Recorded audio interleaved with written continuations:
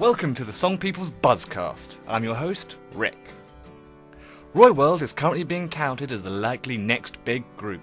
If you haven't heard their debut album, you know that this is a band that not only is quite talented, but also quite unique.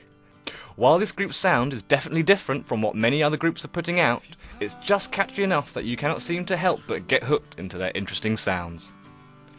There is definitely something about the sound of this group that harkens back to the 80s, and yet the group has managed to incorporate all of the interesting elements of the 1980s style of music that we all remember and love. Although the group is relatively new on the music scene, already their debut album, Man in the Machine, is giving firmly established bands a good run for their money. The group has only been in existence since 2006, but the fact does not seem to slow them down.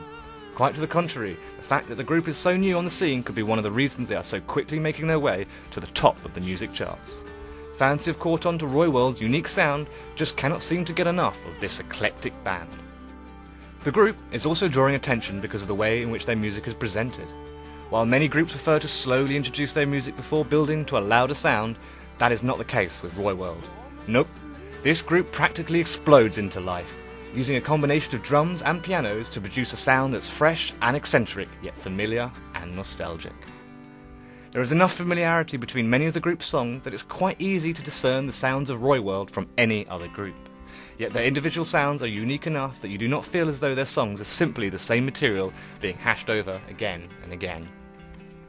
Strangely enough, the group has taken inspiration from other successful acts such as Talking Heads, Roxy Music, and somehow when you listen to Royworld it does not seem that their group is simply trying to imitate someone else's music.